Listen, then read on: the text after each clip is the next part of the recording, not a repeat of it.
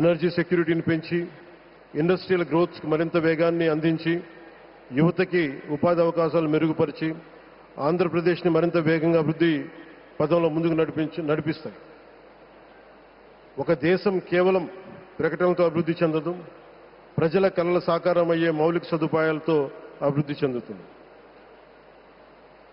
So Honorable Modi ji, your vision of Vikasit Bharat and Atmanirbhar Bharat is transforming the nation across every sector, from highways to railways, from ports to airports, from digital infrastructure to defense, manufacturing and renewable energy. చరిత్ర కేవలం మన నిర్మించిన కట్టడాలను మాత్రమే గుర్తుంచుకోదు, వాటి ద్వారా నిర్మితమైన భవిష్యత్తుని గుర్తుంచుకుంటుంది. ఈ విషయం మీ నాయకత్వంలో ఆంధ్రప్రదేశ్కు లభిస్తున్న అభివృద్ధిలో చాలా చాలా స్పష్టంగా కనిపిస్తా ఉంది. ఇదివరకే విశాఖపట్నంలో 2 లక్షల కోట్ల పైగా పెట్టుబడులు, అందులో ఎన్టీపీసీ గ్రీన్ హైడ్రోజన్ హబ్, జాతీయ రహదారులు, రైల్వే ప్రాజెక్టులు, అలాగే అమరావతి కోసం 50,000 కోట్ల పెట్టుబడులు, రాయలసీమ అభివృద్ధికి 13,400 కోట్ల ప్రాజెక్టులు మన రాష్ట్ర అభివృద్ధికి బలమైన పునాది వేస్తున్నాయి. South Coast railway zone at Visakhapatnam ఏర్పాటు ద్వారా ఆంధ్రప్రదేశ్ ప్రజల చిరకాల ఆకాంక్షను సాకారం చేస్తుంది.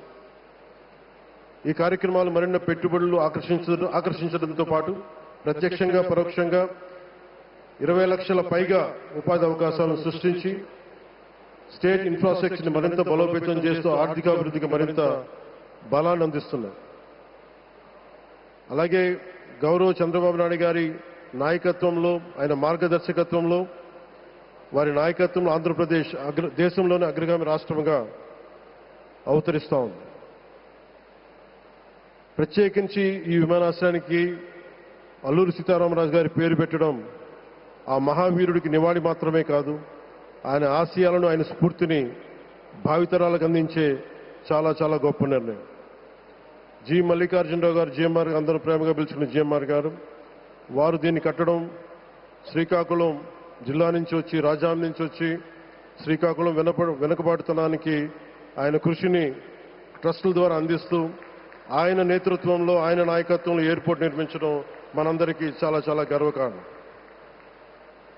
ఈ సందర్భంగా మనందరం ఒక నిర్ణయం తీసుకోవాలి. పండ్లున్న చెట్టుకే రాళ్ళేస్తారంట.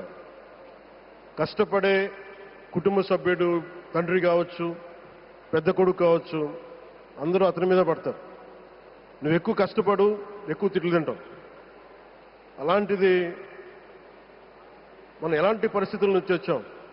భారతదేశం ఒక పరిస్థితిలో బంగారాన్ని కూడా తాకట్టు పెట్టుకునే పరిస్థితి వచ్చింది. అలాంటి పరిస్థితుల నుంచి దశాబ్దం పైనుంచి 3వసారి ప్రధానమంత్రిగా ఆయన ఈ రోజున మన దేశాన్ని నడిపిస్తా ఉన్నారు. అలాంటి ప్రధానమంత్రిని చాలామంది ఆయన మీద మాట్లాడుతూ ఉంటే, ఆయన్ని అనకూడని మాట్లాడుతూ ఉంటే నా గుండె కదిలించేసింది, నా కన్నీళ్ళు వచ్చినాయి, బాధ వచ్చింది. దేశం కోసం కష్టపడే వారికి ఇవా చివరికి మనం ఇచ్చేదేం? కొత్త తరానికి ఏం తెలుసు? ఆయన పడ్డ కష్టం. ఒక్క రోజు కూడా సెలవు తీసుకోలేదు మన ప్రధానమంత్రి గారు. ఈరోజు పెట్టుబడులు వస్తున్నాయి మనకి, ఒక్క రోజు కూడా సెలవు తీసుకోలేదు. శత్రు దేశాలు, మన అభివృద్ధికి ఈర్ష్యపడే పశ్చిమ దేశాలు, వీటన్నిటినీ తట్టుకొని ఒకవైపు విదేశాల్లో ఉండే శత్రువులతో పోరాడాలి, దేశాన్ని అభివృద్ధి పదంలో తీసుకెళ్దామంటే అంతర్గత శత్రువులతో పోరాడాలి. అలాంటి వ్యక్తికి మనం ఇవ్వగలిగేది కేవలం మేమున్నాం మీ వెంట, మీ మీద మాట పడితే అది మా మీద పడ్డట్టే, అదే మన వారికి ఇవ్వాల్సింది.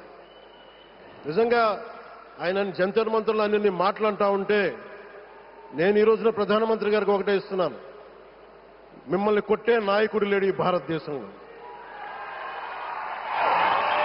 రాబోడు.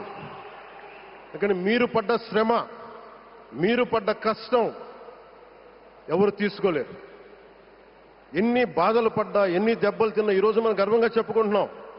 మన ఉత్తరాంధ్రకి ఎయిర్పోర్ట్లు వచ్చినాయి, ఇన్ని లక్షల పెట్టుబడులు వచ్చింది ఆంధ్రప్రదేశ్కి.